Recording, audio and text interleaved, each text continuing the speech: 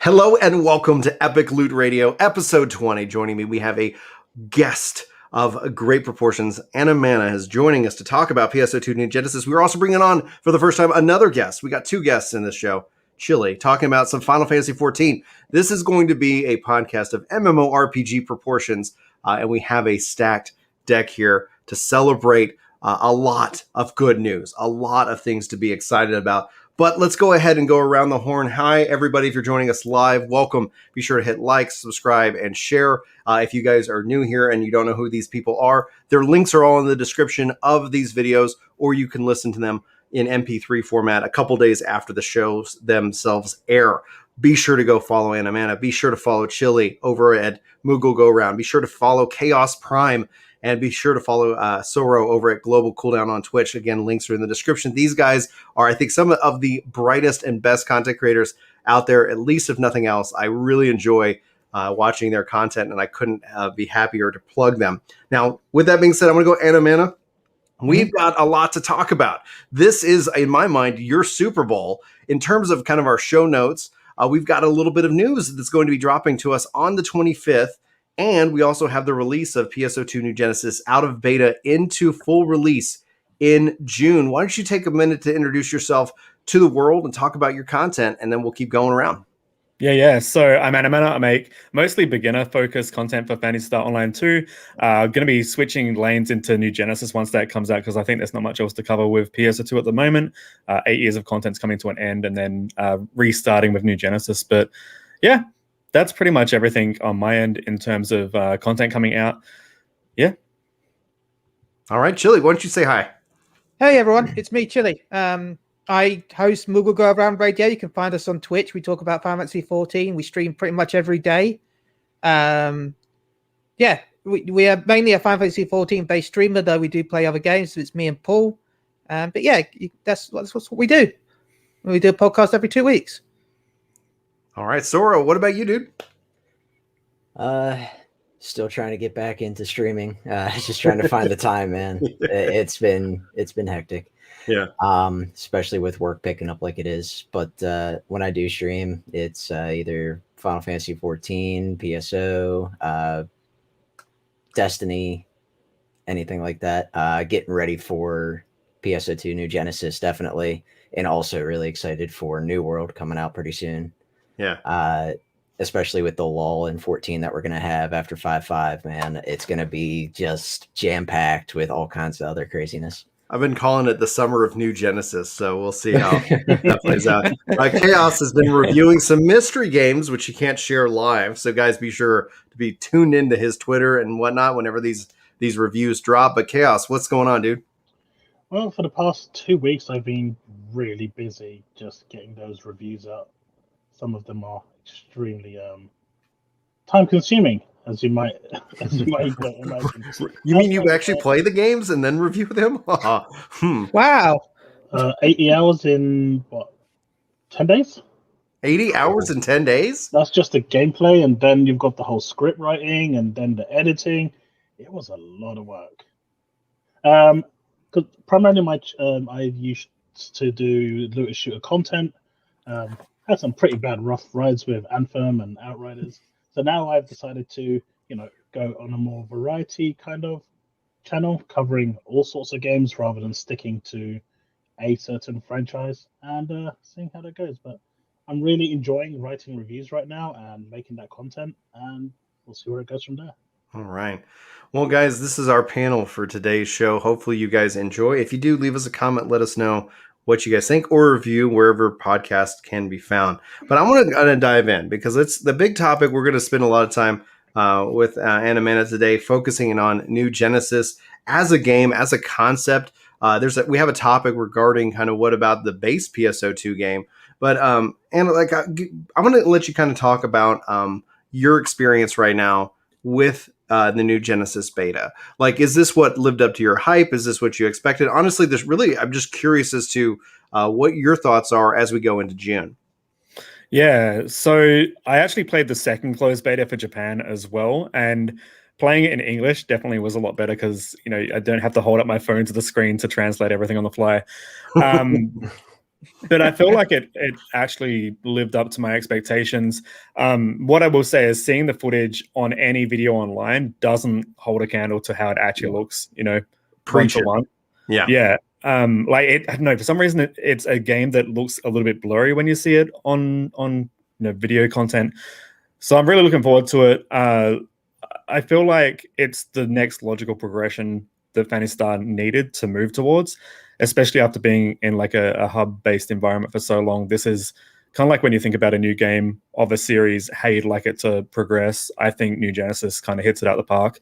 There are a few little janky things with the closed betas, but I think it's mainly because they had like an early build. But I'm definitely interested to see when it does roll around in June. There's a lot I want to do. Like I've got pretty much every class's weapon prepared to take over into the New Genesis game and piece of armor. I just want to know more, right? Like the classes all feel pretty evened out. I just want to see a little bit more on Force's skill tree because it was very limited, and I think later skill tree stuff might expand on it a bit more and make it a lot more viable.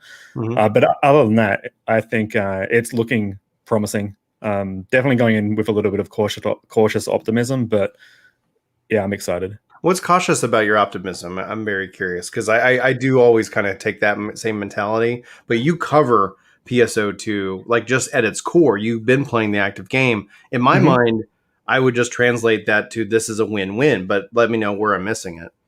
Well, I just want to go in with the mindset of it's like going on your first date with someone, right? Like you've got that high coming off as like, yeah, this is exciting. It looks amazing. I think it's going to be great. And then like afterwards, it's like, all right, well, what if it isn't?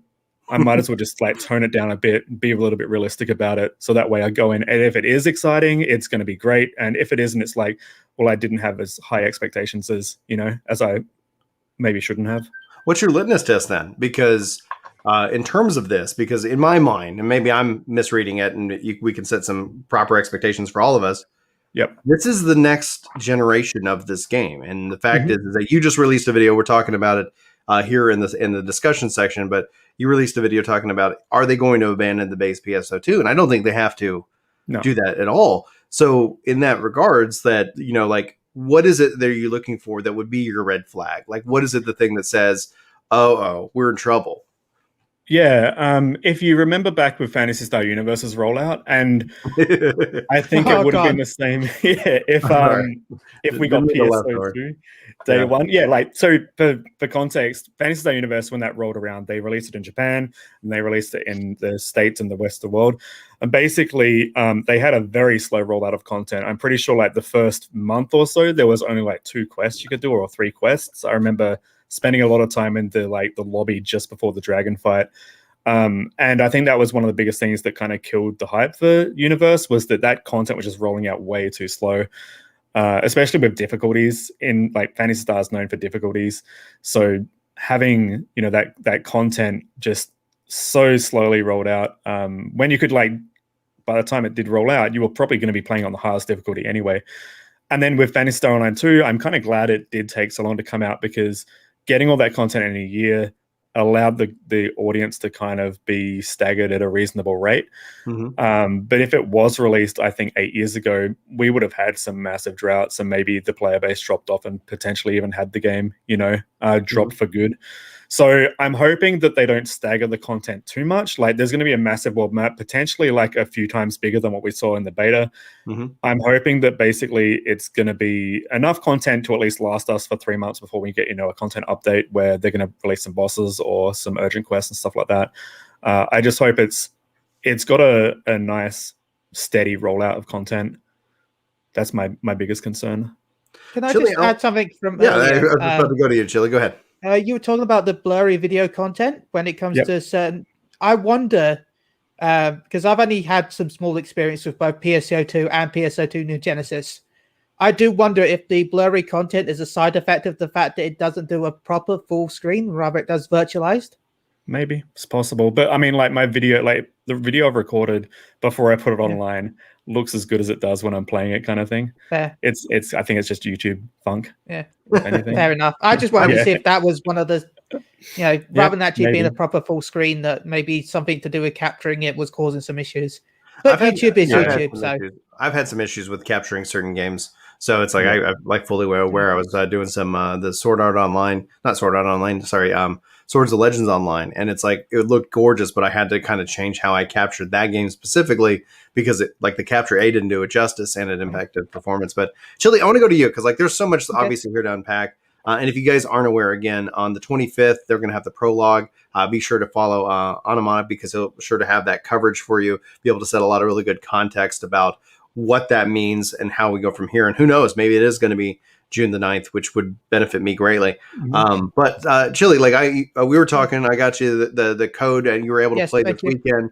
I want to know your experience because obviously, is this a good time for people to come check it out? Like what you experienced, would you go and recommend people to come check this out in June? Or is there something else that you'd like to say to potential new players or returning players? I will say I had some issues running it on my laptop. For instance, I have an i7 9 Gen 2070 laptop, and I did have some stutter issues. But again, it's a beta, so hopefully this will be it's moved out in the future. This is with streaming and playing the game at the same time. Now, I enjoyed it, and I definitely feel like it was pretty. I felt like it was a good new user experience because I was able to. The character customization was amazing, by the way. I will have to give it top hat for that. It's, it's some of the best. I had so much fun. I spent quite a lot of time just making characters, if I'm honest. I tried the gunner out during my experience this weekend because I wanted to try something more ranged. Because I did try PSO2 when it launched on the Windows Store when it first launched. That was rough. That was rough. There's so many upset people. Actually, after having them wait 8 years, it was not just that, but it was like, hey, because like I played on the Japanese servers, but it was like that a lot of players are just like, I'm wanting this. Where is this? And then it's like, oh, you gotta have to wait again. Got to wait for Steam. Anyway, go ahead, Chille. I cut you off. But no, I didn't actually have any real issues like everyone else did. The only issue with that I had at launch was the lobby server. It was just, not fun. But no, what I've experienced over the weekend of New Genesis, I enjoyed playing Gunner. I do look forward to whenever the full release is. Hopefully it is June 9th. Well, actually, with patch 5.5 being so soon, maybe June 19th. Yeah, we think it's either going to be the 9th or the 20th. If there's a lull, it's probably the 22nd. But going back to like the Microsoft Store stuff, the problem I had when I streamed it was that when I first streamed it, it dropped to 30 FPS, and I actually had to run it as an admin to get it to run properly. So I think that's maybe a Microsoft Store thing. Hopefully, it's evened out for Steam. And so much so that like even on how your hard drive is formatted, you might not be able to install games. So I have a video that all it is just people like crying saying thank you because I was like, hey guys, are you trying to install like a Windows Store game? Well, here, let's take a look at your partition on your hard drive. Like how insane is that? Anyway. Yeah, I had to watch that video because I was having the issue with Windows Store where it wouldn't recognize that I had a hard drive, even though I had like hadn't used it really. So I literally like start the video with, I am so sorry you're here. Like, I am so sorry. Let me be like, I'm sure you've had a day from hell. Let me just apologize to you. It's not my fault. I didn't design it, but I'm sorry. One thing people have said is that that people have been doing tests on hard drives, and apparently like you should absolutely be using an SSD to run this game on PC. Like it's 2021. Like at the core of it, if you really want a PC gaming experience, that's the thing. Oh, on that note, because I do want to go to Soro, but on that note though, I'm really excited to see what the Series X does. I have an Xbox Series X. I have actually played the current PSO2 on it, and it's great. Like, it just is really a great experience, and I can't wait to see what this game looks like. And the fact of cross-play, cross-save is I'll have this hopefully running on my new PC. I hope not to have to make a drama time video on that. I ordered it in January, and it's freaking May. But it's a crazy world we all live in this pandemic. But the core of it is that like to be able to bounce back and forth, to be able to play in like ideally ultra wide and then be able to shift downstairs and play in 4K. Like, I love that aspect. Honestly, that accessibility aspect is, I think, going to be a key differentiator in terms of people who come to check out this game because it's free. And I hope that we see more integrations with it and Game Pass. But Soro, I want to go to you. You got to play this weekend. I don't know how much you got to spend with it. We tried to sync up and we failed because it still uses the block system. And that's actually the disappointment I had with this game was I was hoping, or I hope that now that we're on New Genesis and going forward, that they eventually add in at least like if you're on my friends list that you can just like join me. Like I could just say, just join me and you're on my block, you know, but I was confused because I was assuming that was the case. But how was your experience? Talk about it, especially as a longtime fan and a friend of me who we play PSO together. So right. What was yours? I loved it. It definitely felt a whole lot better in my mind than base PSO2. Just being able to run around and everything, the jump and glide system and how you get up to different areas was a lot of fun. Character creation was insane, to say the least. I did catch your video on you help or the community building your characters and everything like that, and then it turned into something crazy with your kids. Oh yeah, when they came in, it went off the rails. They were so great. excited by it. Like there was like, and they were having me make the most hideous character. It was that, like after watching that, made me want to bring my daughter in and do it. But then at that point, you know, the closed beta closed out. But it was a lot of fun, and I main a hunter in PSO2 base, and so I just stuck with what I knew. And did you feel like there was a difference between what you knew and the new hunter? Yes, a lot of the skills felt better. They just did. I don't know what it was exactly, but they just felt a lot better. And also just the animations were beautiful. I can't wait till they open up the map a little bit more, because I couldn't tell you how many times I circled that map and going, oh, what am I'm supposed to find this one thing, but I can't find it anywhere. What the heck? But I loved it. It was so much fun. I'm super excited. I'm going to get a couple of my buddies in for New Genesis. They've never played a PSO2 game ever. And I'm like, you got to at least try New Genesis. It might, like, sure, you can jump into base PSO2 now, but you're going to feel behind. With this, it seems like it's just a brand new jump off point, which is really nice. So I can't wait. I can't wait. If it's the 9th, if it's the 20 something, it doesn't matter. Good. All good in my mind. Yeah. When it releases, I'm still going to play it. I don't know what to as tell long you. as it's not June 2022, that'd be a like a you know a kick in the chin. Chaos, like, what do you feel about this like transitional model where the current game is still running and this game is coming in? And part of it, because one of the things that I know Anamana brought up in like videos is that, or he just even brought it up on the podcast, like what about any kind of content gap? Like, are you at all interested in jumping into this game and then jumping back and checking out the old game whenever you're looking for a content gap, or if you're still busy with 100-hour review video games? Like how do you fit that? How do you fit Phantasy Star in that? So for me, as you know, story is you know, plot line. You know, good story is something I always look for in games. You know, I never fully experienced PSO2 story entirely. I think I got to like chapter 3 or 4 maybe, and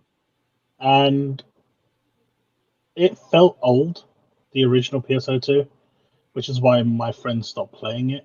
So when I was jumping into PSO2, well, I'm sorry, New Genesis, I was a little wary, but honestly, I picked a class I've never played before, Gunner. I usually go with Braver, and I was blown away. The fluidity, the combat, the ease of just, you know, locking onto targets, everything just felt so natural as opposed to its predecessor. I still think the predecessor still has, you know, a place in the market for those that want to go back and see where it began, and if they want to play through that story, they can do that during content droughts, and it's there. It's free to play. You've got nothing to lose. So I think having both of them going in tandem can work.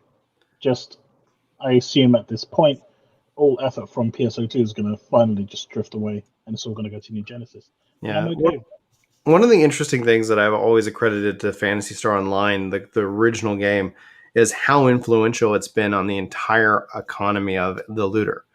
Destiny in and of itself, it's a meme in which the Destiny is basically Phantasy Star.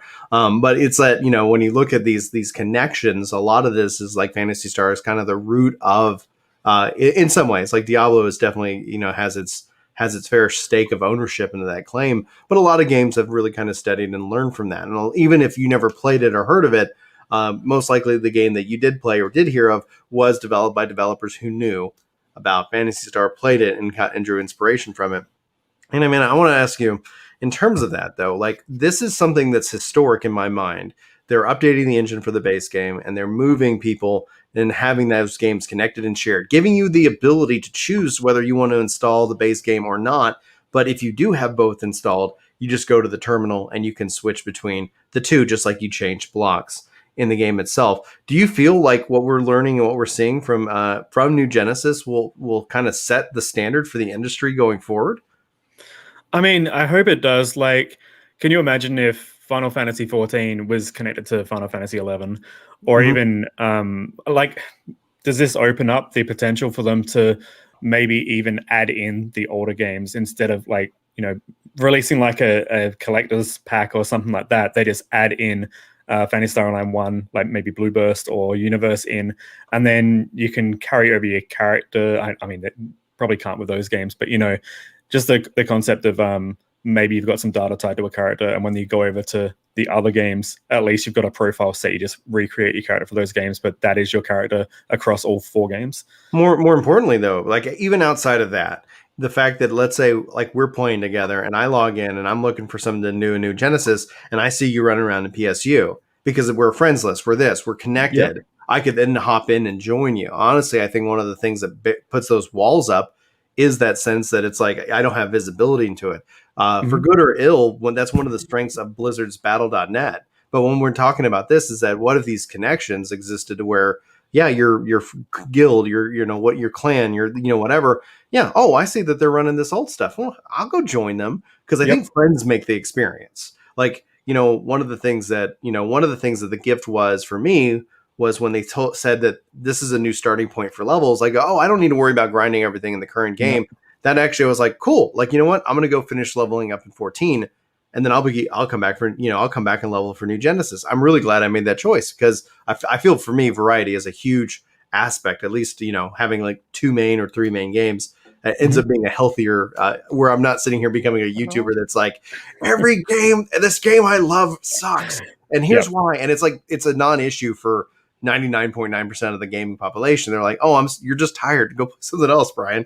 And so I usually try to take that to heart, but I cut you off. I want to let you speak more. Sorry about that.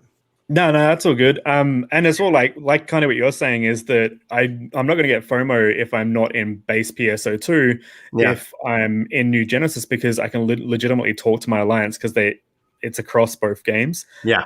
So I could talk to a friend that's just doing, Primordial Darkness or something, and I'm in the Fields of Hulfa just maybe farming some items or, some preparation for an equipment upgrade. So I don't have to actually close the game just to check in with my alliance. And I think that it almost feels like New Genesis itself is like a social media platform in that regard, right?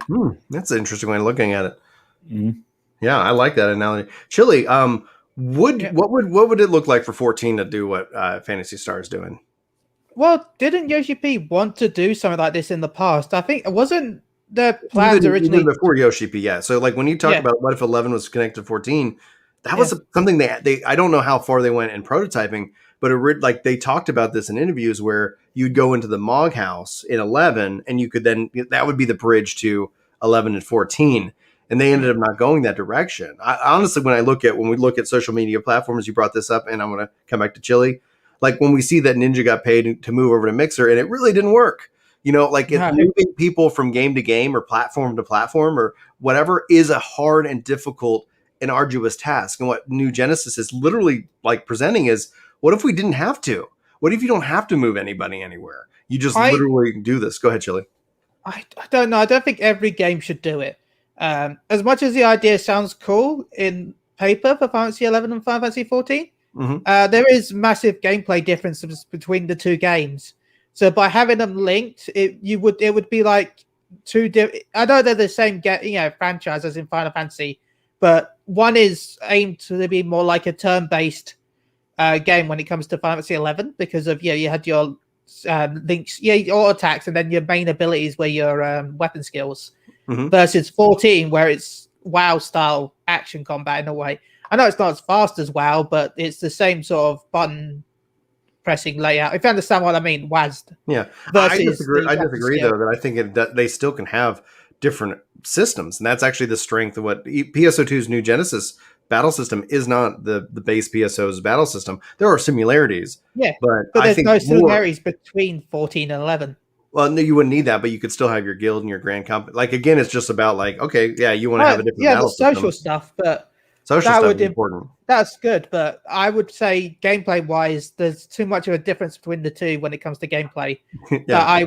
I feel like it would be jarring jumping between the two. Could be, yeah. I think in terms of PSO, it's mostly just like your character cosmetics that's transferring over.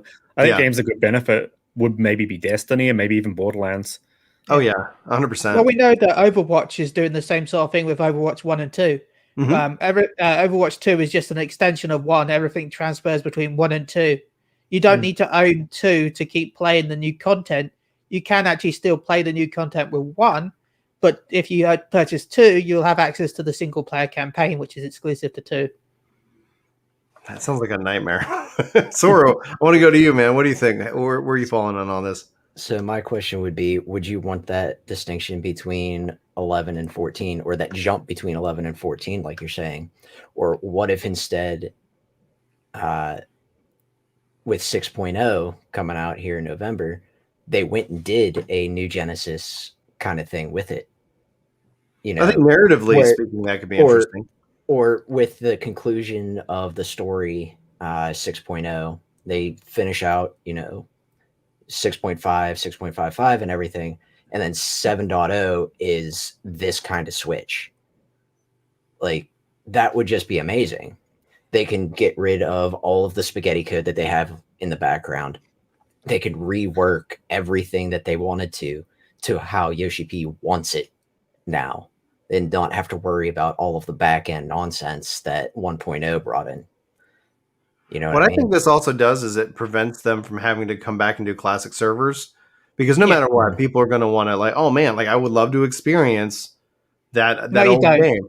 Well, people think they do. I'm not going to finish that statement, but they do.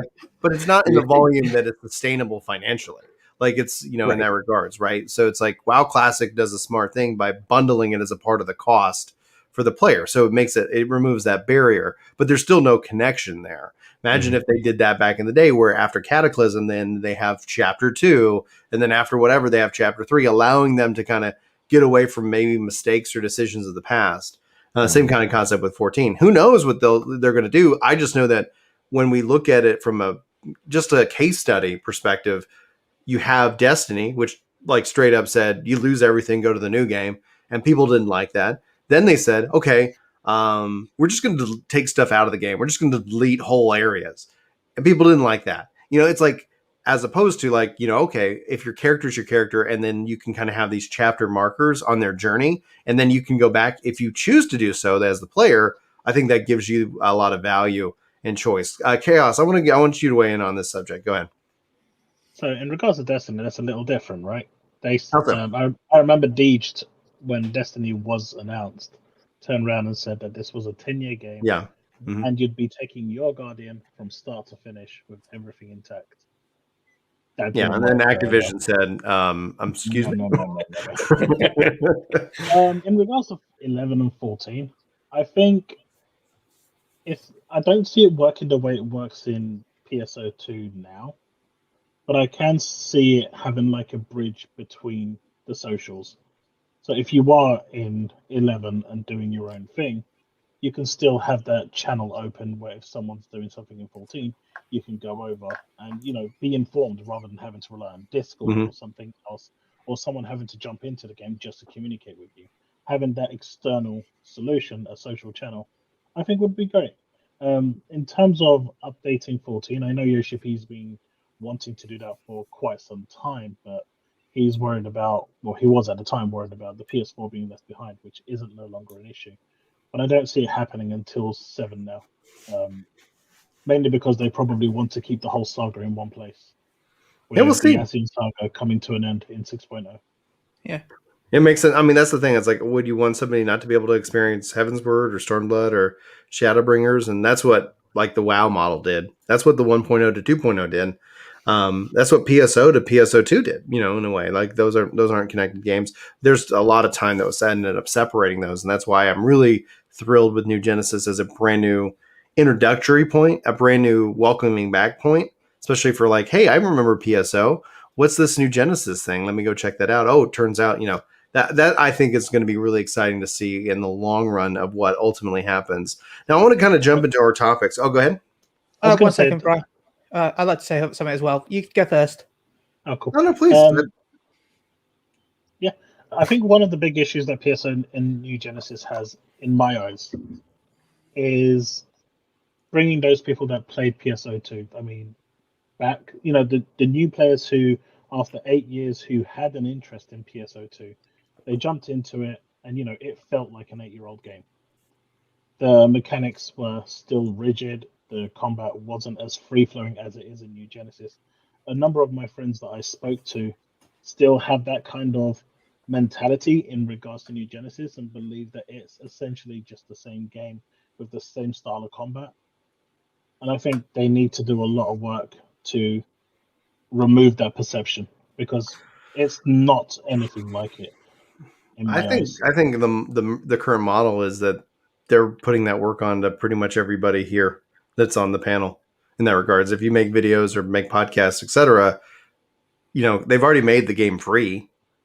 You know, it's like, so the person just has to hear about it and then decide to go download it. That can be a barrier. I'm not going to lie. Like, but I think that's where word of mouth that it comes from. And I think if people are playing it, making content and streaming it, then I think that's the word of mouth of the new model, right? In my mind. What do you think, Anamana? Yeah, I think that's fair. I think like it's hard, right? Especially when you see like a cutscene or an introduction for the game, and I mean, not many people are going to be like, "Oh, it must play like that." But the weird thing is that you watch that introduction movie, and it does feel like New Genesis kind of does play like that, which is surreal. Yeah. All right, I want to shift into it. Is there anything else on that, Chille? Go ahead. I was going to say the fact that you were talking about Square Enix having a social model linking games. Mm-hmm. I mean, we all remember when they first tried that years before anyone else with the Play Online viewer. In a way, it's so sad that didn't actually take off and remain, because if you think about that Play Online viewer being, if nothing else, just their game launcher, like where all of a sudden you could just launch any of their games and having that, like, they were in a way ahead of the curve. And unfortunately, that's something that clearly got cut at some point, you know, from that perspective. I think it was also they were just focusing in on online games rather than looking at PC as a platform. But history is what it is in that regards. Good point. Good thing to bring up. Now I'm going to transition kind of into more of our topics. We've kind of touched on this, so I'm going to the second thing I want to talk about is Sega killing off PSO2 based off of your video, Anamana. But before that, I want to talk about what could they have done better about this beta. Like, what could the game exist that would make it a better experience for players, especially when we're talking about yes, this is going to be a new introduction to the game itself, whether you're returning or you're checking it out for the first time. What is the game still lacking in features that I don't expect by release, but expect within perhaps the first year, if we're going to put kind of a mental time frame on it? I think so one of the hardest things was the fact that it actually didn't have the starting island. So there's no story hook to get people in. I think they're saving that for the full launch. And the other side of it was that each of the classes, except for like one of them, which was like Gunner and Ranger, shared like a weapon, but all the other classes had one weapon they could access. Mm-hmm. So it would have been nice to have had all the weapons that the classes will get out of the gate, so that maybe people that maybe main those weapons on the game could at least do a little bit of a play test. And I don't know if they would have found bugs with them once the game does release. I guess we have to wait and see, but it would be nice for people to be able to play the weapons that they're comfortable with those classes during the closed beta. Yeah, I found that a little bit strange myself. Chille, what about you? What could the beta have done better? I don't think I could really say much about that because I don't have much to compare with like PSO2.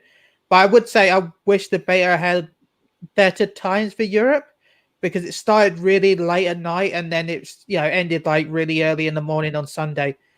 I wish they'd extended it to Monday afternoon or something so that people had more chance rather than trying to rush it in, say, Saturday afternoon and Sunday afternoon. Especially Because after that otherwise, weekend. yeah. Well, yeah, for us at least, but for Oh man, yeah, because I jumped as soon as the keynotes and stuff like that. I jumped straight onto PSO2 for a bit before I like. So yeah, I wish we'd got a little bit longer. That's the only thing my complaint with the beta. Of course, the full game was easily, you can't complain about that. It's going to be open all the time, given server issues or anything. But yeah. So how about you? What they could do better. I'm not honestly sure. What I did like in the base game was the tutorial to help new players understand how the system works. Mm-hmm. This, they just kind of threw you in and said, here, have at. I don't know. I guess I'm old school that way. I like tutorials, but it's just something that's like, oh, well, now I'm a little bit overwhelmed with what am I supposed to be doing? What are these buttons? What does this do? What does that do? Where something like the tutorial in the base game kind of showed you how things work. Okay. But that's just me, I guess. Old school gamer. I other than that, maybe after playing it a little bit more, might have something else that they might be able to throw in. But right now, I think it's pretty well balanced. The classes feel nice. I do agree that they could have put the other weapons for each class in, but to the other side, this is just the beta. Yeah. They're just throwing it out there so you can put your toe in the pool, for lack of a better phrase. So I don't blame them for not putting them in. It's just getting your feet wet, Mm-hmm. What about you, Chaos? Anything the game could do better, or what you're looking forward to over the next year? So this might actually sound quite amusing to some of you, but I had a horrible time with the original PSO with inventory management. So I was really scared to go into this game's inventory, and I actually didn't do it because I didn't want to be traumatized before the game came out. So I'm hoping for a much better inventory management system in the new one than there was in the previous one, because I had nightmares with the previous one. They've actually doubled the storage, so you've got 100 slots instead of 50. And wasn't PSO1 like 30 slots or something? Yeah. Yeah. In a looter, it's like it's more like we're gonna have you do inventory management and maybe play a game at some point. Well, I mean, that was the biggest problem I had with PSO2. It's like you'd go on an expedition, and half the time you're checking through the items of what you've picked up. Yep. And either throwing them away or whatever. And it's really disruptive to your gameplay. And I'm hoping that this game doesn't do that. And if it's going to be limited, at least let you collect the items, put it into a stash, so you can, at the end of the mission, go and collect it and see what you want and what you don't want. You can either sell or discard. Actually, super interesting. I don't know if this was a funky thing of the beta, but so in PSO2 you can actually click on an item in your inventory and send it to storage. But in New Genesis, you can literally open up the storage on the field and just transfer stuff in and out at will. Oh, I didn't take a look at that. That's pretty cool. Yeah, just making it easy overall. I'm with you guys on the weapons. I think ultimately, the thing that I would love to see, I don't know if it's going to be possible, but whenever a friend's joining, I invite across blocks and just have the game handle that transfer. Oh, your friends? It confused me, and then once we figured it out, I was like, oh, okay. And I was like, huh. The game's already handling all this zoning. It's already doing a lot of what I would expect technologically, that it's like I just would like that one feature because I could see that biting a lot of people because it bit me because I'm used to Destiny. It's just, oh, you're on, boop, you know. The fact that we still are also on servers, ship 1, 2, 3 in this case, where at least that was for the beta. Okay, if we're still going to be on ships, that's going to be a little bit of a, like, you know, just a minor inconvenience personally. But then it's like on the blocks, it's like, wait a minute, I thought we're on the same server. Okay, I see you're online. What's happening? And so that's just going to be an education thing. But ultimately, if they just went and said, oh, I see this person on my friends list or in my alliance is on, join, like, just handle it. Because otherwise you're just running to what I call the giant green penis and transferring over. Yeah, the recur devices. And I was like, why do people name things that I struggle on? Oh my gosh. All right, I want to kind of shift into, though, is Sega actually killing off the PSO2 game? Right, they announced this last week, changes that are happening to the base game once New Genesis launches. Anamana, why don't you go ahead and sum it up for us? And that way everybody here can be on the same page. Yeah, so basically what they've said is they put out an article yesterday just going over what's going to happen when PSO2 New Genesis launches. And a lot of it is changing sources of rewards from PSO2 over to New Genesis. So there's a login stamp system that's moving to New Genesis. And then like some rewards in terms of like doing the recommended daily quests, those will be like reduced a little bit.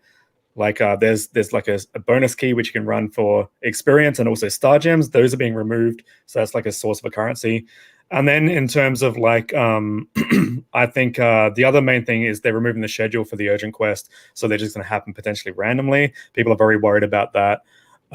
And there's like a few things that are basically changing over from PSO2 to New Genesis just because it's a logical place to put it. Mm-hmm. And I think the best way to sum it up is that they're not pulling the plug. They're not, trashing it, especially with some games that as soon as their new game comes out, they just turn off the servers. It's still going to be around. You still have all the access to your cosmetics and even like weapons and units that you had from PSO2, they'll convert, like they'll scale down into New Genesis to at least give you some starting gear. I think they're just putting it onto like an autopilot mode so that they don't have to have, maybe they'll have like a skeleton crew maintaining it. It's just like a logical thing that they're going to be focusing on the game they've invested all this money and time into that's just being released, right? Mm-hmm. What do you think, Chille? Is this are you interested at all in the base game after playing the New Genesis? I mean, I'm interested in it, but I don't think I'm going to have the time to do both the base game and New Genesis. Mm-hmm. So maybe if I enjoy New Genesis and there's a content drought during Final Fantasy XIV content drought in New Genesis, maybe I'll go back and try the base game, or maybe I'll try New World. I'm still on the fence about that game. Yeah, lots of drought. Like I think that's the thing with content. It's like, oh, I've done everything. What do I do now? And then it's like, okay, if all of a sudden you're like, I've played everything to the theoretical max. I guess Netflix. I don't know. Soro, how about you? I can't see them just shutting that down at all, especially within the next 3 to 5 years. Like I can see them maybe after a few years of content coming out for New Genesis that they do slowly start to phase out the base game. But for people being scared about, oh, well, now they're just going to focus on this, they're just going to focus on this, not for a while. I mean, they'll focus on it, sure, but they're not going to get rid of it for quite some time. Chaos? I don't think that they're going to get rid of it. It does sound like, based on what Amanama is saying, it's pretty much being put into maintenance mode, like Destiny 1 is for Bungie. Minimal effort, but they're just letting the servers tick along. I don't see why they have to remove like the daily login stamps and stuff like that. Yeah, that seems a little extreme. Yeah, that's a bit. I don't know. Like it kind of seems like it's less stress. Like you log in, whether you're logging in, like they want you logging into New Genesis. If anything else, I bet that's a report. How many people are logging in? And if you're tracking that separately, that makes sense that you want to put the bonuses there. I get that, but why not have it in both? If I want to continue playing PSO2, you've just made my experience worse. Okay. And you're basically telling me that if I want to get that same level of experience that I was getting originally with PSO2, I have to go to New Genesis. I'm already having features removed. It's adding an extra step, right? Yeah. I get it's going to happen eventually, but I think the transitions should have definitely been easier. I think like with stuff like the urgent quests, maybe being reduced a little is acceptable, but removing just basic features like a daily login stamp, I think is it's showing their intent that they don't want you there, they want you here, and I think that's a little aggressive, at least for me. Chille, what about you? Were going to say something a second ago? I was just going to say, you were talking about them killing off PSO2, the original base game. But I hate to bring up Final Fantasy again, but that's my reference for most I MMOs. love Final Fantasy. You can bring it up as much as you want. But look at the fact that Final Fantasy 11 is about to hit its 19th anniversary, and even though it's not a major patches nowadays, it still gets content cycles. So they're working on for its 20th anniversary. They've announced it. They just haven't told us what it is. I suppose it's like a mini expansion, isn't it? From what we've heard. Yeah, but they've got a new one going now, right? They've got the new storyline in place at the moment. Mm-hmm. Yeah, they're building up to something. And go ahead. I was going to say with that, I would be shocked if they just drop PSO2 support really fast. Maybe in 3 or 4 years we'll see it die down a bit more, but I feel like it's got a lot of life in it still. Mm-hmm. The daily login bonus thing for me, and this is just from my perspective, feel free to disagree, world and internet, anybody listening, is that I look at it like the removal of it is, okay, if they didn't remove it, it's like, okay, I'm going to log into PSO and then I'm going to transfer it to PSO NGS because that's what I'm going to play. I'm always going to log in and get that and then do this over here. I honestly would say the better solution in my mind is just give you the login stamp, whatever you connect to, but you only have one. So if you log in on NGS or PSO, it's the same stamp collection and go from there. The only reason in my mind it would be different is that they have planned different rewards in the NGS stamp collection, and then essentially they're just saving me a step because like human inheritance is like, all right, well, if it's going to just take me another 2 minutes to log into this server and transfer to that server, then that's essentially the pattern, and you're saving me a step. And then essentially then you modify other systems to basically account and handle that, right? Like it's not just about like, oh, what was the stamp giving you? Oh, we're more experience or more of this. Oh, let's just give that to them through the whole experience. So that way they're not having to feel like, well, we got to log in here, then I got to log in here. It's like just to log in. But I think that the ideal situation would have been a joint stamp that works on whatever you decide to log in and play. But that's just me in that case. Any final thoughts on that? Because at the end of the day, the fact that they're connected, I don't see them removing it at all because I see it as a, if nothing else, game preservation. Even if okay, well, it turns out they're only running like one server for it because not many people are checking it out. I'm still, you would still see that somebody logged in over there checking it out, right? Yeah, I would say that like a final note on that, I'd probably say is that who's to say that, a year down the track, they realize that they've still got a, booming population in PSO2 and they're like, hey, we're going to throw in some new quests or urgent quests. Developers often change like their cycles and stuff like that. So it could always be something they just, throw in for the dedicated players. All right. So where does New Genesis go from here in 2021? I think that we're probably going to see some content updates. The ones I would probably expect is one that will bring in Braver and Bouncer and maybe Summoner. And then potentially either they'll start to bring in the Scion classes, if at all. If not, we may even see potentially some new classes if they decide to do that. But all in 2021? Maybe like over the next year of release, like June to June, maybe.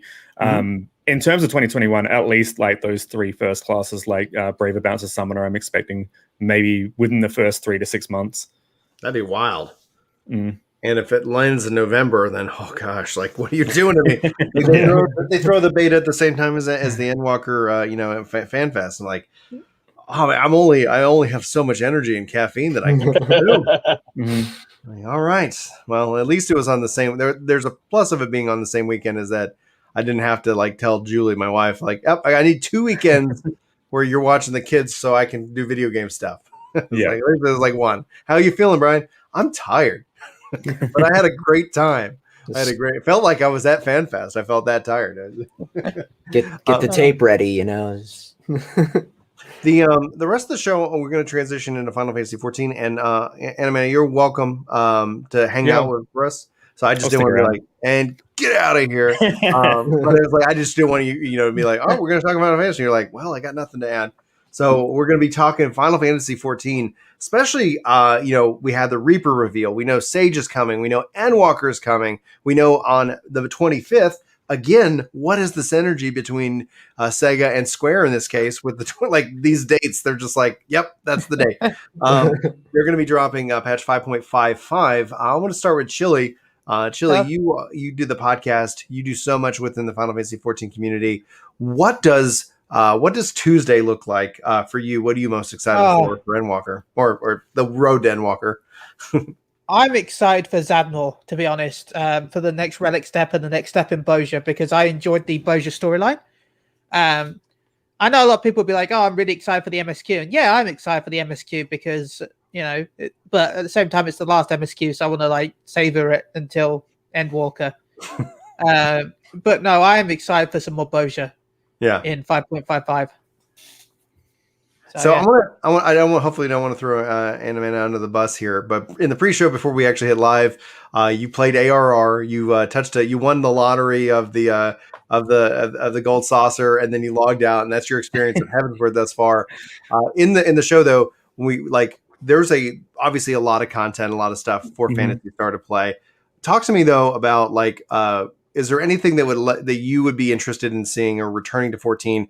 At some point, probably early 2022, is there anything that stands out that you might be excited about where you would return to 14, even just to check it out and see what's changed? Yeah, I've heard a few people say that some of the quests have been streamlined and stuff. And as far as I know, I could buy a means of skipping Heavensward because at the end of Realm Reborn, I was just over Coerthus. So, please don't skip Heavensward. Yeah, don't do that. I mean, Realm Reborn is one thing, but Heavensward is really good. Yeah.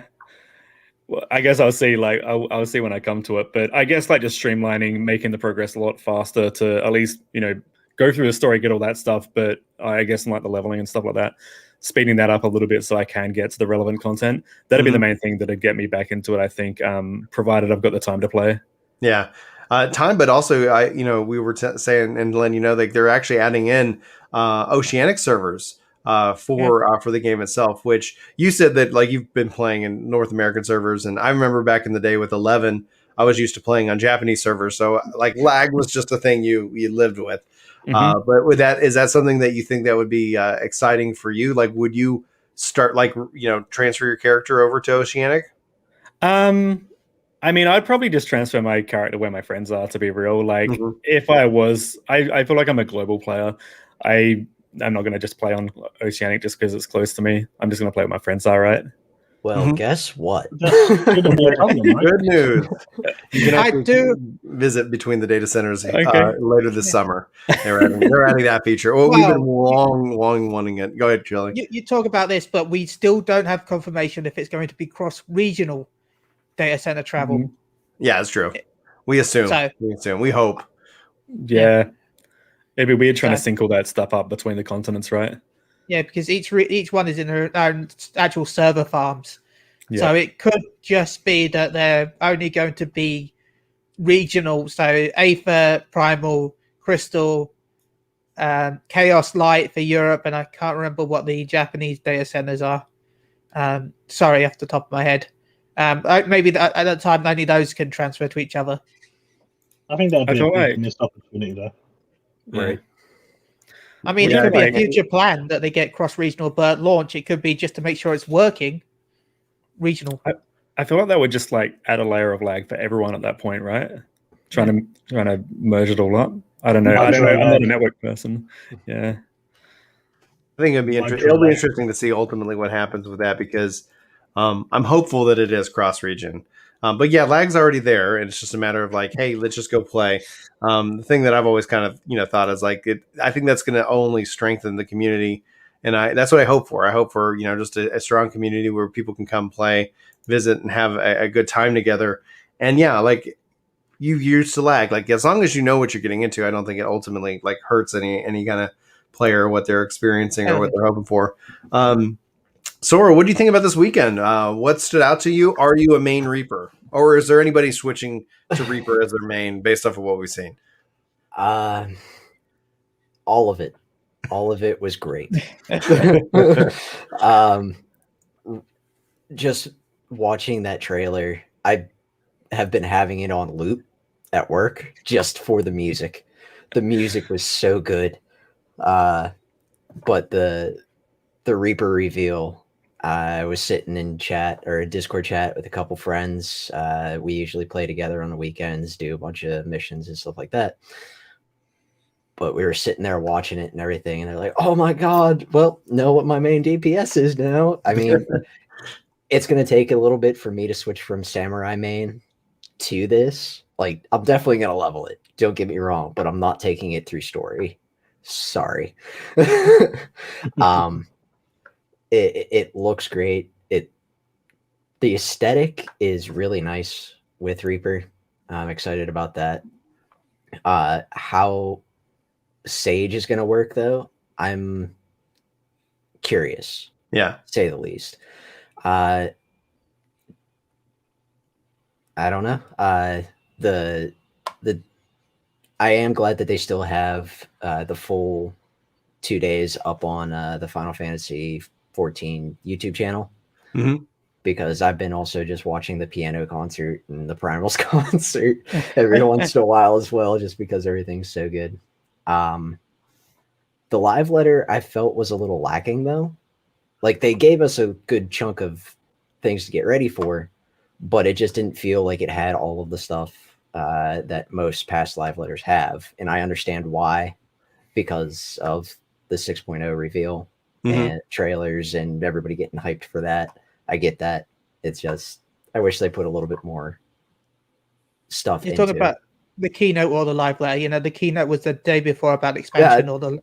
Yeah, so the keynote had all the fun, everything in it. Yeah. The live letter, I wish they put a little bit more, or hyped it up a little bit more.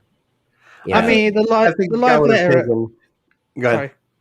Because the live layer of FanFest has never been the biggest live layers, Right? Because they're Right, normally and the I get that. 0.5 patch. Right, because 0.5 also to add, I was like, because of that and just the nature of it, typically with the second live letter as a part of the patch, we actually get more like in-game footage. Like, hey, we're gonna run around Zadnor, and like, okay, like that's okay. Like, I hear you though. Like, it did feel like, and I think it's a lot of the circumstances, because if you think what would have been a highlight would have been Ultimate, like there's things that it's like, yep, we are feeling a couple of things that are missing, and ultimately with the gap between now and Walker itself, like that's where, hey, have you heard about the critically acclaimed Phantasy Star Online 2 New Genesis comes to the party? Like, have you hit cap? Oh well, right. Yeah, And check about the content in game, if I remember rightly, not this live letter, but the previous live letter, Yoshi P actually made an apology that they had trouble showing some stuff in game like they usually do, like Diamond Weapon. Yeah, because the test servers already has Endwalker stuff built in.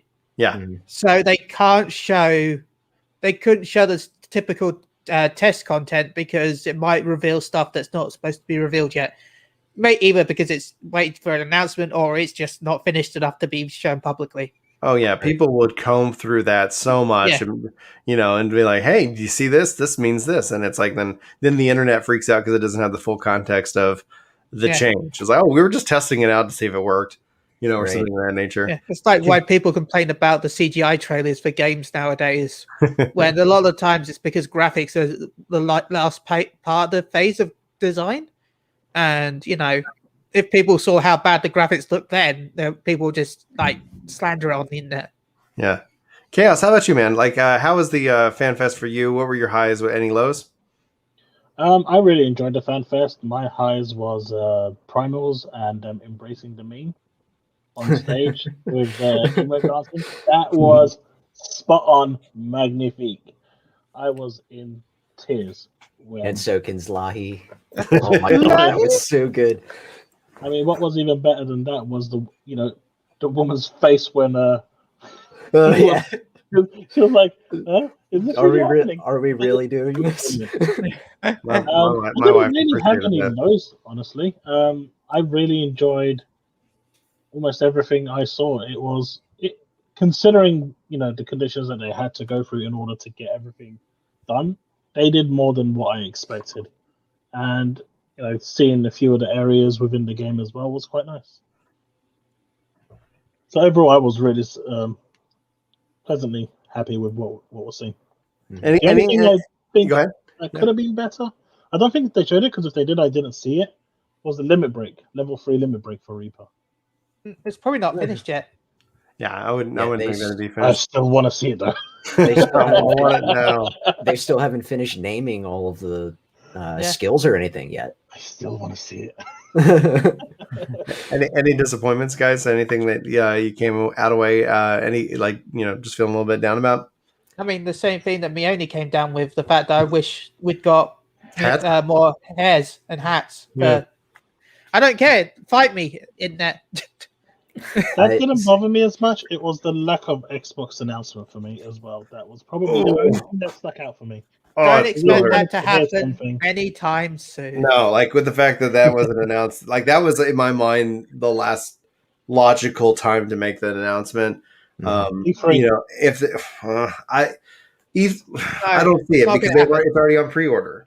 I mean, I guess sure somebody could cancel pre-order, but it's like they typically use that moment to talk about platforms. That's where they announce spec. That's where they announce the PS4 transitions and all the different technical stuff, and that's where that's existed, and that didn't exist here today. And then for them to add it in mid-patch, a whole new platform, not like a PS4 to PS5, but a whole new here's a new platform. Unless it literally was, we've just pushed the Windows build to the Xbox Series X or something. And even then, it would need a full beta, because the PS5 version is based off the PS4 version, because the PS5 hardware is almost the same as the PS4. Correct. So the conversion between the two wouldn't take that much. So you'd still need the conversion between the Windows version and the Xbox version, because there is slight differences. So there would have to be a full beta between now and Endwalker that would need to be announced between now and Endwalker, while also adding a release date and collector's edition. They'd have to restock the collector's box, because the collector's box sold out in about 10 to 15 minutes, and those that are buying the Xbox version would be unfair. Yeah, I got one too. It'd be unfair for those that buy the Xbox version to not be able to purchase that box.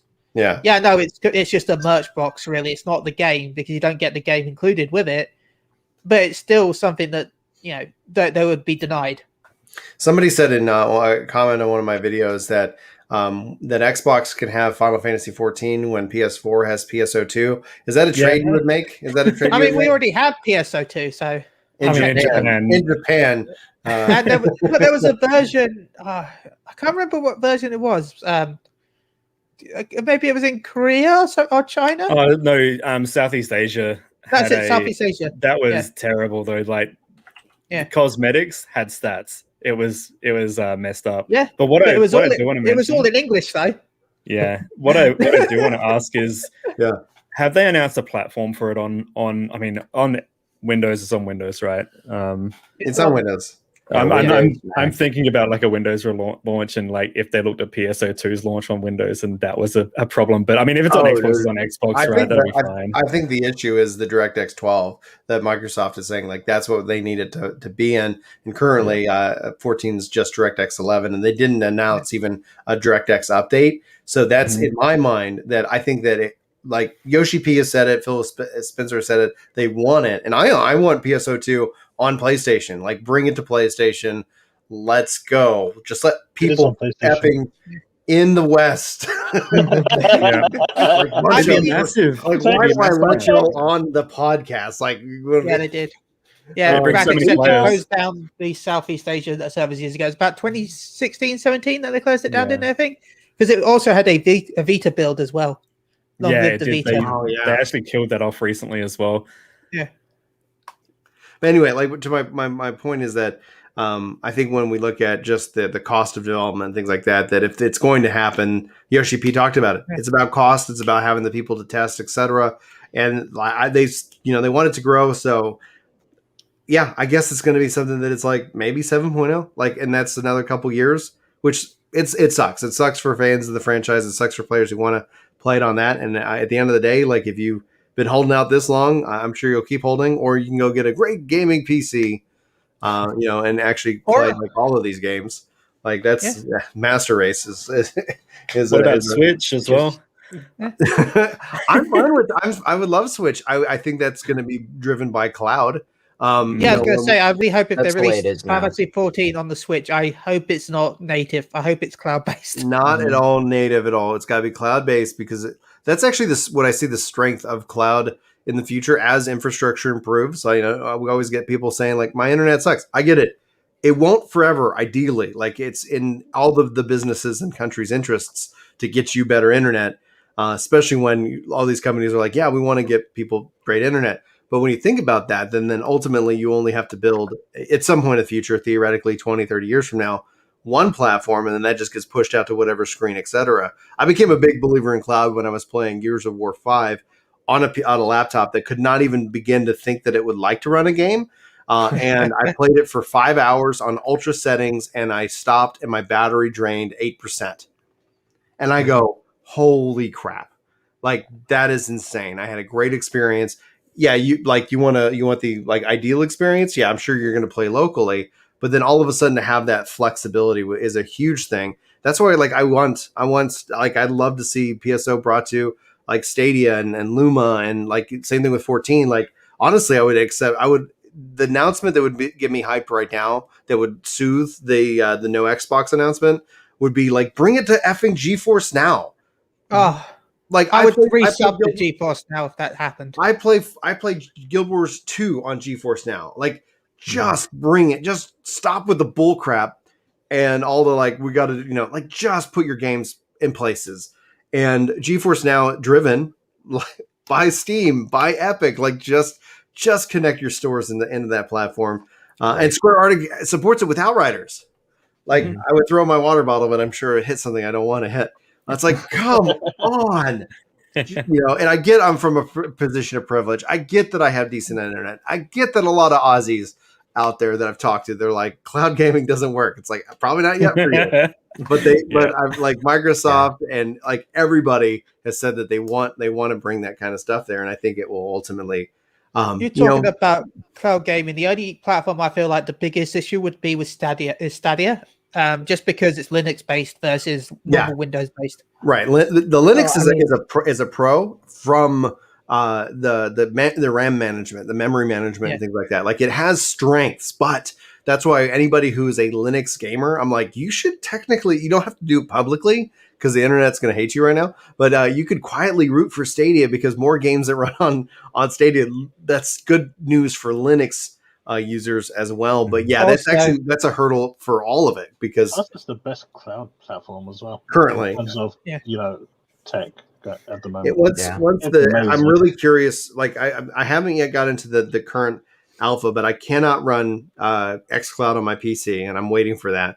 But xCloud is also going to be upgraded to the Series X architecture, so I'm waiting for that. I think once those two things happen, then I think we will be interesting to see like a Stadia versus that in terms of technology. Right now, Stadia is the best, but they're struggling to get games because I don't know who's like running that company, but it's Google, so it's like you never know.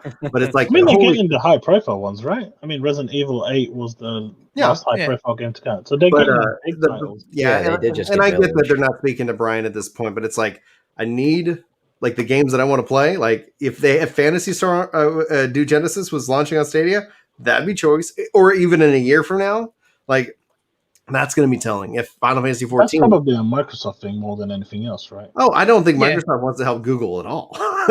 No. So you're more likely to see Phantasy Star 2 online on xCloud. Yeah, xCloud would be a really good treat. Just not PlayStation. No, I think I think it should come to PlayStation. I don't. The fact that it runs also on PlayStation in Japan, I think if it's kept off of PlayStation, that's a bad move by Microsoft. Because I think if you focus in on the gamer and the community around the game, Phantasy Star Online 2 wins if more people are playing it, and us as a community win if we don't have these stupid artificial walls. And that's my like y'all have heard me preach that, and I'll keep preaching that. And people get upset at me. But that's fine. Like I don't believe in platforms first. I'm happy for platforms. I've timed exclusives. I get it. But at some point, especially when it comes to a third-party multiplayer game, you're only killing yourself because you know why? Other games that support it, that's where people are going to go play. Like if you don't launch with at least a minimum of what the competition is doing, then you're only regulating yourself to that. But we'll, we have to see on a case by case basis. And Amanda, you look like you got a thought, or Yeah. So the other thing is that with PSO2 is that Microsoft actually owns the servers, so they'll be getting money from PlayStation for accessing them, right? They do all the Yeah. time. Microsoft makes money every time PlayStation sells. Like it's So like best like, interest. and PlayStation makes money every time an Xbox sells. Like these companies, like they're like, thank you for buying. I don't, like thank you for your money. Well, yeah, because remember Sony's made the deal with Microsoft for the cloud servers, which is because remember Sony's been talking about doing its own Game Pass service for a long time now. That's not PlayStation Plus. That's not PlayStation Plus collection. This will be something completely different. That's going to be their competitor. I hope we don't know anything about it. I hope it's all joined, because the thing that confuses me as a gamer is you have PS Plus, you have PS Now, and the PS Plus. Like, just give me the service. And if it's $20, just give me the bundle it. Same thing with 14 and 11. Just if it's $20, just tell me it's $20. Like, just bundle it. I don't want to pay for both separately. Yeah. Yeah. Well, that makes that's sense. the reason why I don't sub to 11. If they allowed me to bundle it like they did in 1.0, instantly, no brainer. Yeah, instant. It's So the I would value like proposition. it if there was a bundle that it would be slightly discounted for purchasing both. Yeah. I'm not talking like a massive discount, but that's how it was in 1.0. Yeah, it was. I wish they bring them back. It'll be interesting to see, because when it comes down to these games, I look at like New Genesis and I look at Endwalker. These are great times that gamers can come back and check out these games for what they are, what they offer. And I'm always kind of said, like, I'm an MMO plus guy, like, 14 plus whatever. Like, I'm a 14 plus Fantasy Star. Like, I'm playing Destiny, but I decided I'm not going to cover it in terms of content, because I just want to kick back and play and shoot some aliens and call it a day, and not sit here and be like, okay, what do I need to worry about? And that's something that I've kind of been working on as a Brian goes, because I tend to be like overly ambitious, and I'm just like, I'm going to talk about it. I love video games. And then it's like, Brian, calm down, man. Pick a topic. But yeah, that's going to be how I roll. That brings us to all of our notes. We got a couple notes here that you guys put. Notorious Monsters Egg Hunt and Biomutant. Anybody excited about Biomutant? No, okay. No Man's Sky. I see NMs and I'm like, NMS. No Man's Sky Easter egg. Like, all right, you guys. Is there an Easter? Here for HMS. Yeah, Burning Circle, Notorious Monster. In No Man's Sky, the last expedition that they just released, the final one, when you make it to the end, the Normandy from Mass Effect appears. Oh yeah. And you can actually claim it as well and have it as a frigate ship that you can send out and stuff. It was a collaboration they secretly did with EA. I think that was pretty cool. That is really cool. And then also tying into the Mass Effect Remastered, I think that's kind of a perfect little thing. Smart. That goes so well. What about Biomutant? You guys excited about that? People keep talking to me about it, and I'm just like, I don't know. I'm very excited for it. Yeah. It's the type of open world game that, I like Genshin Impact, and that kind of has that same look to it. So I'm hoping it will be fun and keep me entertained.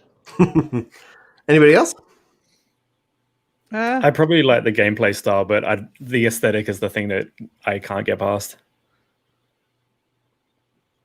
It looks pretty cool, but I've already got enough stuff on the way. So, I mean, I'm really hyped for Ratchet and Clank coming out next month on PS5. So, honestly, that's a whole month away. This is a week away. Oh, yeah, dude, I can't even think about it. Like, if it comes to Game Pass, maybe we'll see. That's been my single player philosophy. Like, are you not a multiplayer game? All right. I'll see you in a couple of years, maybe. Soro, any final thoughts before we wrap up today's show? We'll go around the horn. I'll start with Soro. No, but games coming out that I am excited about is No More Heroes 3. That looks good. I know on Luna they put 1 and 2 on there, so I'm going through on my spare time when I'm not gaming with my friends and everything, playing No More Heroes 1 and 2, and just reliving that nostalgia. But I can't wait for 3. 3 is going to be a lot of fun. Chille, how about you, man? Final thoughts? No, I've had fun talking about PSO2. Nice to meet you all this week on the podcast.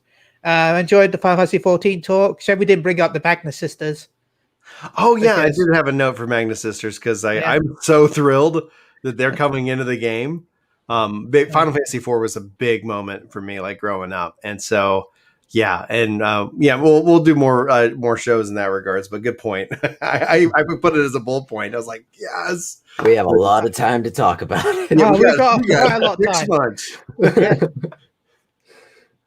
So yeah, thank you for having me on. Oh, thanks, for coming. Let's go to Chaos, and we'll wrap up with Anna.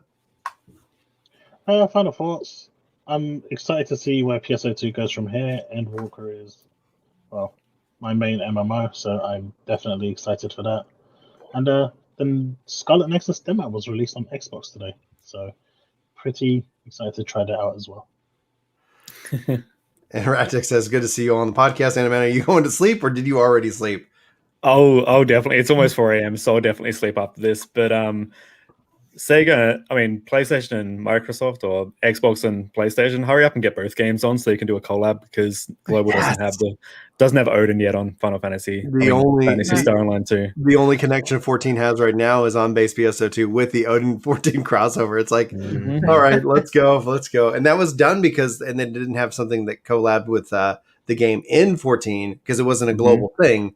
And I'm wondering if we'll see that end up changing at some point. Anime, final thoughts. Where can people find you? You can find me anywhere: YouTube, Instagram, Twitter, AnimeAU on every platform. Chille, and it's been great meeting everyone as well. Sorry. Yeah, thanks for making time, dude. I really appreciate it, especially because I know it's super early for you. Chille, where can people find you? You can find me on Twitch on Moogle Go Around Radio. You can also find me on Twitter at MG_Chille. I talk about wild speculations where I guess a lot of stuff for expansions. Use the word guess. I guess, okay? Soro, how about you? You can find me over on Twitch and also on Twitter at Global Cooldown. Gonna try to start streaming a little bit more, trying to get a couple more videos in the bucket there. Nice. Things are starting to slow down at work, so I won't be as tired afterwards. There's going to be plenty of stuff to do in June, my friend. Oh yeah. Chaos, dude. Where can people find you? You can find me on YouTube and Twitch at ChaosPrimeZYT and on Twitter at ChaosPrimeZ. All right. And guys, that wraps us up for the show. This has been Epic Loot Radio. That's an epic show, epic podcast, Epic Loot. All things fun and hopefully enjoyable. My name is Brian, and you have been hopefully entertained at some point during the show. Thank you so much for watching, and we'll hopefully see you next time. But until then, take care.